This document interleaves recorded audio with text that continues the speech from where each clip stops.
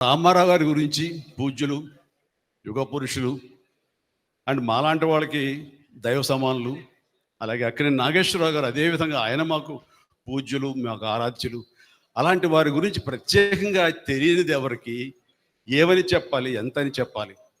కానీ వారిద్దరితోటి ఇందాక క్లిప్పింగ్స్ చూస్తుంటే నా దృష్టిలో లేవు. అంటే కలిసి పనిచేశాను అని అనుకున్నాను తప్ప అవి విజువల్స్ చూసిన తర్వాత నేను ఎంత అదృష్టవంతుడిని.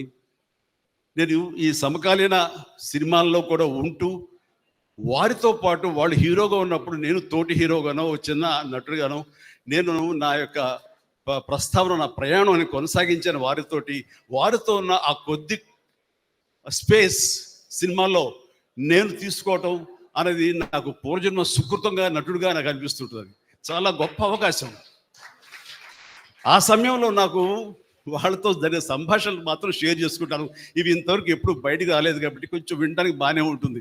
లేదంటారా, వారిద్దరూ సమంగా ఒకేసారి వచ్చారు ఈ ఫిల్మ్ ఇండస్ట్రీకి. నాగేశ్వరరావు గారు 1 or 2 years ముందు వచ్చి ఉంటే, ఆ తర్వాత రామారావు గారు వచ్చారు. నాగేశ్వరరావు గారు పౌరాణిక చిత్రాల ద్వారా ఆయన డెబ్యూ ఫిలిమ్స్ ప్రవేశిస్తే సినిమాలోకి ఈయన మన దేశం అని మన రామారావు గారు సాంఘికంలో ఈయన సినిమాల్లో ప్రారంభించారు. అయితే ఆ తదనంతరం within no time Ramarao గారు పౌరాణిక జానపద చిత్రాల్లో ఆయన ఒక బ్రాండ్ అంబాసిడర్ అయితే, ఇక నాగేశ్వరరావు గారు సాంఘికంలో ఇక ఎదురులేని తిరుగులేని నాయకుడు ఆయన అయ్యారు. అలాగా ఆదరణ ప్రకారం, ప్రేక్షక ఆదరణ ప్రకారం వాళ్ళ యొక్క గమ్యాల్ని మార్చుకుంటూ, వాళ్ళ ఆదరణ ఏ సినిమాల్లో ఏ కథల్లో ఉంటుందో ఆ రకంగా వాళ్ళు కొనసాగిస్తూ ఈ రోజున పరిశ్రమకి ఇద్దరు 2 నేత్రాలు, 2 కళ్ళు అని అనిపించుకుంటున్నారు. మాలాంటి వాళ్ళు ఇంకా ఆరాధనాపూర్వకంగా చూస్తున్నామంటే అది మన తెలుగు కళామ తల్లి చేసుకున్న పుణ్యం. అలాంటి బిడ్డల్ని కనటం, వారి తరపున తరువాత వారితో నటించడం అన్నది నాకు కలిగిన ఒక భాగ్యం. అది రామారావు గారితో నేను చేసిన సినిమా ఎదురులేని మనిషి, తిరుగులేని మనిషి. ఇందాక సినిమా చూసాం, చిన్న బిట్ చూసినప్పుడు అందులో ఒక టేబుల్ ఉంటుంది, డైనింగ్ టేబుల్ మీద ఇద్దరు కలిపి ఫైట్ చేస్తూ విలన్స్ మీద ఇద్దరం కొడుతూ అక్కడి నుంచి తూకాలి. 3 అడుగులే కదా అనే ఉద్దేశంతో ఆయన చేయించి పెట్టి ఇద్దరు కలిపి జంప్ చేసి దూకాలి. నేను దూకేశాను. ఆయన ఆగిపోయా, బ్రదర్ ఏమది అన్న, ఏంటి సార్ అన్న, అలా దూకేస్తే అట్లాగా అన్ని డూపులు చేసుకుంటారు, మనం అలా ఊపిస్తే సరిపోతున్నాను. నాకు ఎవరు చెప్పలేదండి. దూకిస్తేనాను 3 అడుగులే కదా అని దూకానన్నాను. లేదు బ్రదర్, ఆర్టిస్ట్ చాలా విలువైన జీవితం. అనుకోకుండా ఏదైనా సంభవిస్తే కనుక, ఏదైనా జరగకుండా జరిగితే టోటల్గా సినిమా ఎంత నష్టపోతారో, ఫైనాన్షియల్ కానివ్వండి, టైం కానివ్వండి, తోటి వాళ్ళని నటినట్లు వాళ్ళ సమయం కానివ్వండి, ఎప్పుడు జాగ్రత్తగా ఉండాలి.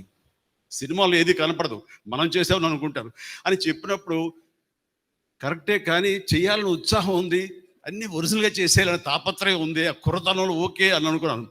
కానీ అదే 1 year తర్వాత సంఘర్షణ అనే సినిమా చేస్తూ సరిగ్గా 3 అడుగుల ఒక పొలం గట్టు మీద నుంచి విలన్ని తన్నేలాగా నేను ఎక్కి జంప్ చేసి తన్నాను. సరిగ్గా ల్యాండ్ అయ్యాను కిందకి, కాలు మడతపడింది. దాంతో 6 నెలల పాటు షూటింగ్ చేయలే నేను. ఆ తర్వాత లండన్ వెళ్ళాం, లివర్పూల్, అక్కడ మినస్కా స్టేర్ అయిందన్నారు, దానికి ఆపరేషన్ జరిగింది. సో ఎంత నష్టమైందంటే అంత ఇంత కాదు. అందుకు నీ పెద్దలు ఎంత ఆలోచించి చెప్తారంటే, అది మన గురించి, మన ఆరోగ్యం ఒక పక్కన పెడితే ఎంతోమంది మన మీద ఆధారపడి ఉంటారు, వాళ్ళందరి యొక్క బాగోగులు దృష్టి పెట్టుకుని ఆలోచిస్తారు. అది వాళ్ళ గొప్పతనం. ఆ తర్వాత ఆయనతో కూర్చున్నప్పుడు మామూలుగా ఈవినింగ్ అయ్యేసరికి గిజ్జలు వచ్చేస్తాయి, ఇంత బాసుమతి ఇది వస్తుంది ఇది. ఆ టైంలో ఆయన 2 బ్రదర్ కూర్చొని అన్నారు, భయంగానే కూర్చుంటాం కదా ఆయన పక్కన. ఆయన ఒక బజ్జీ ఇచ్చారు, తీసుకున్నాను. తిందామంటే ఎక్కడ తినలేము. ఆ సమయం ఆయన ఒక మాట అన్నారు, బ్రదర్ మీరు బాగా అభివృద్ధిలోకి వస్తున్నారు, ఈ సంపాదించిన సంపద అంతా ఇనప మొక్కల మీద పెట్టద్దు. అది నేను ఫారిన్ వెళ్ళినప్పుడు ఎక్కడి నుంచి మంచి బాటిల్ కనబడితే ఎక్స్పెన్సివ్ కోనియాక్ ఆయన కోసం తీసుకొచ్చి గిఫ్ట్గా ఇచ్చేవాడిని. అప్పుడు ఆయన తీసుకున్నా నేను పక్కన కూర్చుని ఆయనతో కబుర్లు చెప్తుండేవాడిని. ఆ చెప్పే సమయంలో ఆయన అన్న మాటలన్నీ కొంచెం రొమాంటిక్ టచ్తో ఉంటాయి, చాలా ఇంట్రెస్టింగ్గా ఉంటుంది అనమాట. అట్లాగా ఆయన ఎంత ఈజీగా, ఎంత ఫ్రెండ్లీగా ఉంటారంటానికి అంత ఇంత కాదు. ఆ సమయంలో ఆయన చెప్పినటువంటి గొప్ప విషయం ఏంటంటే, రామారావు గారు నేను ఒకే సమయంలో వచ్చాం చిరంజీవి. ఆయన మంచి అందగాడు, ఆజానుబాహుడు, మంచి ముఖవర్చస్సున్నవాడు. అలాంటి స్ఫురద్రూపి ముందు నన్ను నేను చూసుకుంటే ఒకసారి నాకు ఇన్ఫీరియారిటీ కాంప్లెక్స్ వచ్చేది. అది ఒకసారి ఆయనతో కలిసి మేము 14 సినిమాల దాకా చేసాం, చిన్న చిన్న బిట్లు. ఆ టైంలో నన్ను నేను నిలదొక్కుకోవడానికి, నన్ను నేను పెపప్ చేసుకోవడానికి, నన్ను సమాయత్తం చేసుకోవడానికి, నేను ఏం తక్కువ కాదు అని అనిపించుకోవడానికి అద్దం ముందు నిలబడి నేను అనుకునేవాడిని, ఆయన ఆజానుభావుడు, నేను ఇంతే, కానీ మానసికంగా నేను చాలా అని అలా అనేవాడిని. అది ఒక స్టైల్ అయిపోయింది, ఒక ఇదే. అలాగే నాకు ఈ కన్ను కొంచెం డ్రూప్ అవుతుండే, కొంచెం ఇలా దాన్ని కాదు అనిపించుకుని ఇలా పైకి లేపేవాడిని. అది నాగేశ్వర స్టైల్ అయింది. అంటూ ఆయనలో ఉండే బలహీనతను గుర్తించి అవి తనకు అడ్వాంటేజ్గా మార్చుకుని, అది ఆ స్టైల్, ఆయన నాగేశ్వరరావు గారి స్టైల్ అంటూ ఆయన ఎగ్జిబిట్ చేశారంటే కనుక ప్రతి ఒక్కరికి వాళ్ళ బలాలు తెలియకపోవచ్చు, కానీ బలహీనతలు తెలిసి ఆ బలహీనతని బలాలుగా మార్చుకోవడం అనేది మాత్రం గొప్ప విషయం. అది నాకు అక్కడే నాగేశ్వరరావు నేను తెలుసుకున్నాను. ఇట్లా ఎన్నో. ఆయన గంభీరమైన వాయిస్ ఉంటుంది, నాది కొంచెం పిల్లగా ఉంటుంది. దానికి తక్కువగా అంటానుకో ఏ అని బేసు కలిపి మాట్లాడేవాడిని, జనాలకు బ్రహ్మాండంగా ఉండేది.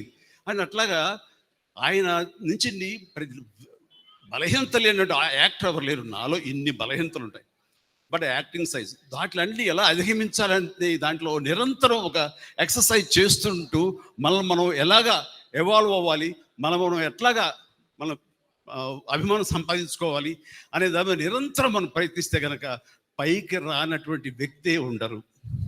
అందుకని మన బలాల కంటే కూడా మన బలహీనతను గుర్తించడం అనేది అత్యంత ఆవశ్యకత, అది అత్యంత అవసరం. దాన్ని ఎలా అధిగమించాలన్నది ఆ తర్వాత ప్రక్రియ. అలాగా నాగేశ్వరరావు గారితో, రామారావు గారితో నేను జీవితంలో ఎన్నో నేర్చుకున్నాను. అండ్ నా అదృష్టం ఏంటంటే అలాంటి మహానుభావులు చెప్పాలంటే తెలుగు చలనచిత్ర పరిశ్రమని ప్రపంచవ్యాప్తంగా గుర్తింపు తీసుకొచ్చారు ఆ రోజుల్లోనే. అలాంటి వారితోటి కలిసి స్క్రీన్ షేర్ చేసుకోవడం అన్నది నాకు దొరికిన అత్యద్భుతమైన అవకాశం.